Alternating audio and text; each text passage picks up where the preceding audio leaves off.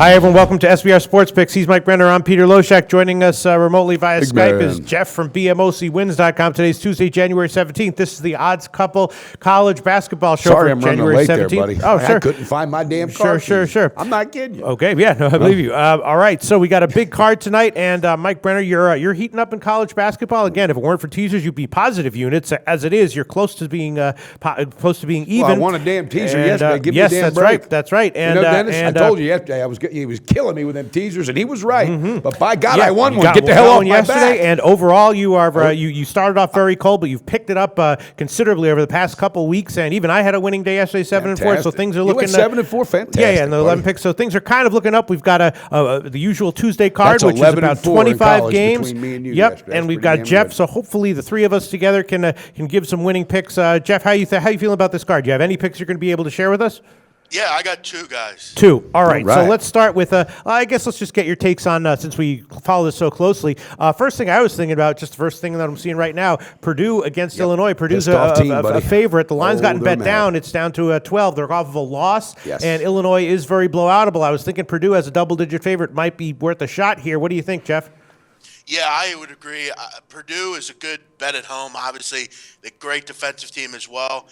For me, Illinois, only I'm interested in them on at home. Yeah. On the road, they are blowoutable, like you said, struggling to score. Defensively, they've been a mess lately, especially in conference. Yeah, I would look to back Purdue. It's always hard betting against them, but I'm looking to grab them here in this spot. But that's not going to be an official pick with you. No, not an official pick. But what do you think, Mike Brenner? Yeah, I need to step in because I circled this one and I got it, and I want the best shop line on that first half. You have got a pissed off team. Yeah. I read some articles. They are not happy with what happened last week. Yeah. And I'm telling you right now, Illinois is going to bear the brunt of it, and it's going to happen early and often, and the Boilermakers are going to boil these people right the fuck out of the building. I'm not kidding you. Yeah. It's a wheelbarrow shovel in the first half. Give me the best shop line. Do you want -6.5, -113, or do you want -7 plus 100? Hell no. Give me what? No, I'll take -6.5. Just all right, be smart. -6.5, -113, and you want the full game? You said? No, what did you say? Nope, No, I'm off the game. All right, I'll tell you what. I'm going to go on the first half and the full game. I'm going to take 6.5 -113, and I'm going to take the full game -12. You're saying that with confidence too. -12 -102. Well, I like that. Because I thought about it. I'm like, all right, let me make a decision. Then I read an article on Business Insider about how successful people are decisive. Yes. So I'm going to make a decision. And it's what? What's the best shop line? 11.5 or 12? 12 -102. So I'm going to take it. Maybe it loses, but I've made my decision. All right, then we have another interesting one, which is Texas and Baylor. And Texas, of course, has some guys out, but they covered their last game against West Virginia, and Baylor, of course, was ranked number 1, got blasted by West Virginia, and now they're a 14-point favorite here. And I'm again thinking that Baylor's still a little bit overrated, maybe overvalued, and maybe Texas getting 14. What do you think, big man? Yeah, I think Baylor's a little overrated as well, Peter. And Texas, for what it's worth, has been a very good road team over the years against the spread. They've covered all 3 this year, 18 of 24 overall. Yeah, I agree with you, Peter. I think Texas is good enough defensively. They can hang in games. And like I think Mike and I have talked about before, Shaka Smart's continuing to kind of build something there. Yeah, It's going to take some time. He's gotten some recruits, but last 5 games, they're shooting a high percentage. I think they can hang in this game. But, Baylor, off that win and over the loss, maybe they kind of roll here, but this is a 10, 12-point game if you ask me. I think maybe too many points. That's what I was thinking. It might be a little bit risky. It might come down to the wire, but I'm going to take Texas. That's the key word. Yeah, I'm going to take Texas plus 14 -106. I'm going to add that one as well. All right, and that does it for the ranked for the big games that are into ranked teams. How many picks do you have for us, Mike Brenner? Well, isn't Kentucky in there somewhere, Pistol Pete? Yeah, that's right. Kentucky at Mississippi State. You like them? I mean, that's Mississippi State, obviously a pretty bad team. Yeah, but I'm thinking first half again because they picked up the steam. I like it, and they're at home, if I'm correct. No, wait, they're on the road. Yeah, Kentucky's on the road. What's the best shop line on the first half? Well, the first half we give you 7.5 -113, which would be pinnacle. Yeah, I'm riding that one. And I know Kentucky bit me twice, but they've also cashed a couple. And I just like the momentum right now. Now's when you get to that time of year. You got your coaches looking out after each other. Seriously, they're watching, they're seeing. Calipari's got one of the biggest egos out there, and he knows how to play these one-and-done guys. Kentucky first half, I'm feeling this momentum keep on going. All right, 7.5 -113. Big man, I'm sure you have an opinion on that. What's your take on it? Yeah, I took Auburn the other night with all those points, but this one, considerably lower. Kentucky, seemingly when they're on the road or at home, doesn't really seem to matter. Mississippi State's played better. They're going to get better, but I'm not looking to jump in front of Kentucky. It's not a play that I'm real high on. I just kind of like to let Kentucky do their thing for most of the season. But, I would look nothing but to Kentucky here. All right, let's go to Big Man for see what he likes on today's card. What's your first pick for us, Big Man? I'm going to go UCF minus 13.5 against South Florida. I've had kind of a rocky road here with UCF this year, but they finally put a complete game together, beat Houston, nice win the other night. They look good.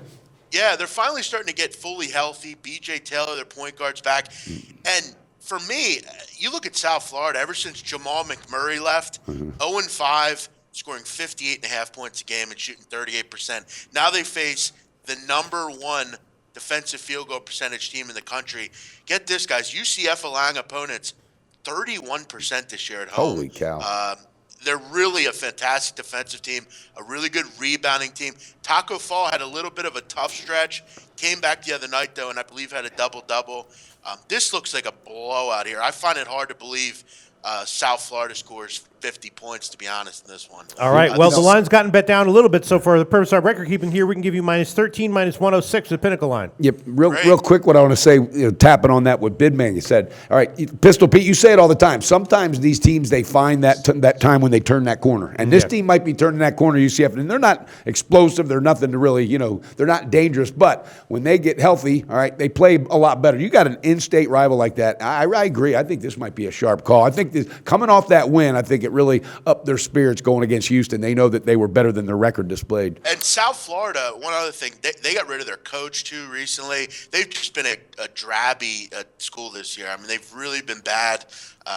This is going to be a tough game. Yeah, like you said, they're a hard offensive team to watch. And if they put up 50, again, and I'm not saying anything for UCF because I'm off of this one, but they are a hard team to watch. I looked at 2 games. Offensively, they make a hell of a lot of mistakes. All right, Mike Brenner, you have any other picks for us, or were you done? I got Kentucky and Purdue first half. That's all I'm riding today, and I'm feeling pretty good about it. Keep that little streak going. Okay. 4-0 last night, baby. Great job last night. Mike, Jeff from BMOCwins.com, you have a second pick you're liking. What's that? I'm going to go Wisconsin, minus 10.5 against Michigan. Michigan has been a terrible ATS team. I know on the roundtable yesterday we had one of our presenters like Michigan, but I just don't really see it. I mean, they've been a horrible defensive team. They can't guard the 3, allowing opponents 43%. They haven't been able to rebound either. This is just a bad matchup. Wisconsin's been fantastic at home, not only straight up, but against the spread. Defensively, they're only giving up 54 points a game at home. They're just a team right now that I'm not looking to get in front of. Michigan is a pure bet against me right now. Just not seeing it with them this year. I think Wisconsin gets a 82-63 type of game. I think they blow out Michigan here. Yeah. I just don't like this matchup. They did get a cover in their last game. They did have a players-only meeting where they, against Nebraska. Players only. Where they sort of put it together a little bit. Maybe that was just a one-game thing. And now, of course, going at Wisconsin is always a tough assignment. So you're not concerned about maybe Michigan turning a bit of a corner? No, because I don't think their problems are fixable in 1 or 2 games. They have defense too. Their defense has been horrid. Yeah, they have a severe issue on the defensive end. And listen, I mean, 29 rebounds a game. I mean, that's just not good enough. They have no size. Some of the bigs for Wisconsin are really durable, really good. They're going to have some tough times tonight. Listen, we can try to get in front of Wisconsin at home, but they just continue to kind of cover in Kohl Center. So, I'm not looking to bet against them right now. All right. Well, the line has gone down a little bit as well. It opened at 11. Now it's down to 10, so we can give you minus 10, minus 102, which is the Pinnacle line right now for the purposes of our record keeping here. That's a tough one, because I'm not sold on Wisconsin whatsoever either. But Michigan, having those issues, I just think Baylor, or however you pronounce his name, he's had too much talent rolling in and out of that door through the years. I think this team might have turned the corner mentally, and then the defense tightens up. That line to move down, I don't know. For me, I'm off it because Wisconsin at home, I know they're strong. On the road, they're not that. They don't impress me like that. I don't know about this being a big blowout. Keep in mind, though, guys, that Michigan's not covered a game at all on the road this year. No, I know. And you got some good points there. There's no doubt. But something tells me, and again, Pete mentioned it, this players-only meeting, I think that team's going to turn the corner somewhere. Don't know if it's going to be tonight because, they could get hammered. They could just go out and get hammered. But because I almost pulled the trigger on the first half, but then I read an article again. These guys are they believe in themselves. That gets dangerous when a team starts believing in themselves. Yeah. I I guess I'm off on it. I just don't think they're very good. No, and you might know you're not off. I might be the one going south on this one. Holy shit! There goes my phone. All right. Well, I will. I'll. Yesterday I had a bunch of sort of my classic good reads on some totals, and there's a couple. Reads. There's a couple totals that I'm liking as well. I'm thinking about the under. Well, I took the under 153 in Tennessee, Ole Miss. Now it's down to 152 or 151.5. So I'll take the under 152. Ole Miss, of course, losing their leading scorer, and that's affected them offensively. Tennessee, I think, can be modest scoring. So I'm going to take under 152. You agree with that, big man? Yeah, that's a really good play, Peter, I think. I mean, since he went out, they've scored, I think, 56 and 47. Yeah. Ole Miss is not a good team without DeAndre Burnett. Yeah. Tennessee also, I mean, they're not light your fire. I think this one stays in the 140s. I think that's a good play. All right, and I'll also be a little bit risky, and I'll also throw on the first half it's under. All risky. You said it might no, be. But this is too risky because this one it might business. be like a 74-point first half or something. But I'll take the first half under 71.5. It opened at 72. Now it's down to 71.5 minus 110. And then another one I was thinking about in that Purdue game, I was thinking about the over 144. Purdue definitely can score a bit tonight. They're liable to get 80 or 90 themselves. They're so bad. That might be a good call. All right, I'll take a shot with that. That might also pull that come trigger. Close. I'll take the over 144 in that one, and then let me see. I'm just gonna because the viewers. Here he goes. Look, this is his Baker's dozen, big man. I'm just saying.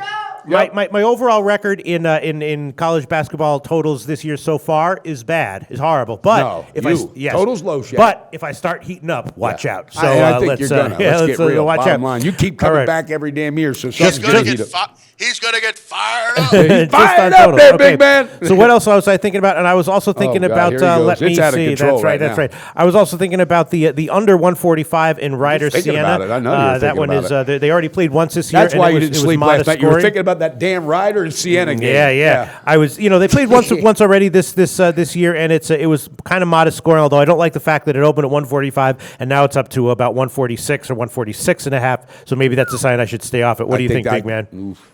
That's kind of an interesting line. Ryder's, I think, a bit better of a team than Siena is. Yeah. I know Ian Cameron mentioned he likes Siena long term, but right away, I mean, I think Ryder's a better team. I could see a win there. Ryder money line might be a strong play there. Yeah.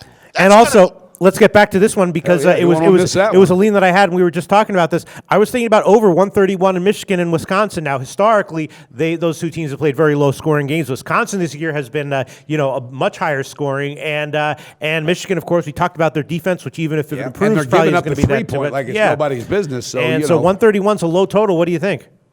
Yeah, I mean, 43% from three is awful. Yeah. That is really bad. Yeah. I mean, look, Wisconsin at times, you look at them at home, 81 a game. Sure.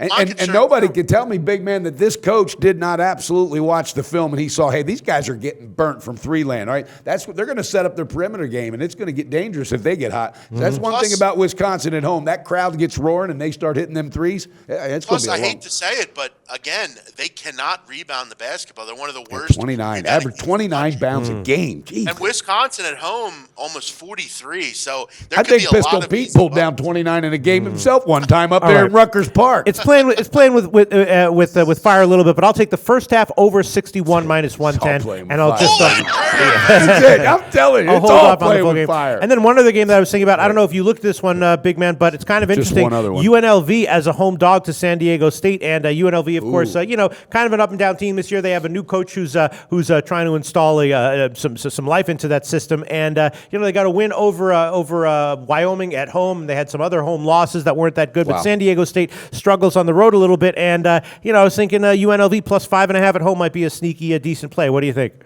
Peter, you're an interesting cat, I'll tell you. Yes, he is, because he tries to talk you into saying, what do you think? You know what? What do you agree? Because I'm going to, you know what I mean? I love it. I don't do this often, but I am actually going to give it out. Okay. I'm actually on San Diego State in this game. Really? Head-to-head, baby. No, tell us why. Well, look, I follow San Diego State pretty closely. I've been out and seen them, and I like what I'm hearing from this group. Buddy, they're not too far removed from being a very, very dangerous team. Very well coached, very disciplined. And that's the problem right now. They're not in first place. They're starting to feel it a little bit. San Diego, the town in general, is pretty somber right now with the movement of This team's pretty big out there. They love this basketball program. Steve Fisher's rectified it. And now they're going to UNLV, and UNLV's not very good. I mean, really. Yeah. San Diego State's starting to play better. Offensively, they've been getting better. Defensively, they're always strong. And I see UNLV, and I just kind of look at them and say, I don't really see it with them. I think this is kind of a get-right game, a continued get-right game. And I like the confidence I'm seeing from San Diego State. And I think a lot of people, and I'm not saying it's a trap, but I think a lot of people are thinking like you, Peter. Yes. This seems like a lot of points, but I think San Diego State's turning a corner. I think they're going to get relevant again and be fine going forward. All right, well, that's why I asked the question, and that's why we have you on, big man. So that's I'm right. totally I off got to of jump it. in. You're totally off it. Steve Fisher. I mean, people forget where this guy came from, all right? I mean, talking about Michigan and everything else. All right. And UNLV, you're right, big man. I mean, it's been so long since the Tarkanian days, but that team is not fun to watch either. You talk about a sloppy turnover ratio type of team, that's them. I like what you said about San Diego State. This is a good team. We're not 2 or 3 years removed where they were a dangerous freaking team, ranked team. Sure. So the recruiting came behind that, and it all starts with Fisher. So really good points there. I wish you One other thing about that game, real quick, is they're starting to get fully healthy. They've had some injuries. They're starting to get fully healthy. And UNLV lately has been a mess on the defensive end. Yeah, home or on the road. Yeah, I'm going to go with the Aztecs. All right. You pulled them off, though. I love that. That's a friend helping out a friend's friend. That's why we have Jeff on. And that's what's the point of having him? Well, what's the point of having him on if you're not going to ask him the questions? I love it. I love it. Hey, Peter, ask me about any game. I got to ask you something that's got nothing to do with the game. All right. Do you think we're going to have any luck? We're going to auction off Pistol Pete's old retired New York Yankees hat. What do you think of that bad boy? I told you. I think it's one of the Yankee relics that needs to be up at Yankee Stadium. I really think. All right. To be up at Yankee Stadium. All right. I think the Boston Red Sox are looking to maybe blow it up like they did with the Bartman ball. I think it's just all right, guys. Well, and on that note, let's wrap this up. I think we've given some decent picks and definitely some good analysis. Jeff from BMOCwins.com. Thanks so much. Mike Brenner, congratulations on really heating up in college basketball. Not just last night, over the past couple weeks. Hopefully you'll get positive, and hopefully I'll be positive by early February. Because I don't think negative, and nor does Big Man on campus. So Pistol Pete, you better get on that positive train, baby. I have confidence that by mid-February I will be positive in this show, which is it's going to take that long. I'm down to like 28 units or whatever. Jeff, of course, has in his small sample size in this show is positive as well. 11-7 in our show, always giving good advice. Jeff, thanks so much, and we'll be back tomorrow for the Wednesday card. Talk to you, Big Man. Always a pleasure doing it with you, man. Go to SBRodds.com. Browse, compare, and shop live odds available at top online sportsbooks.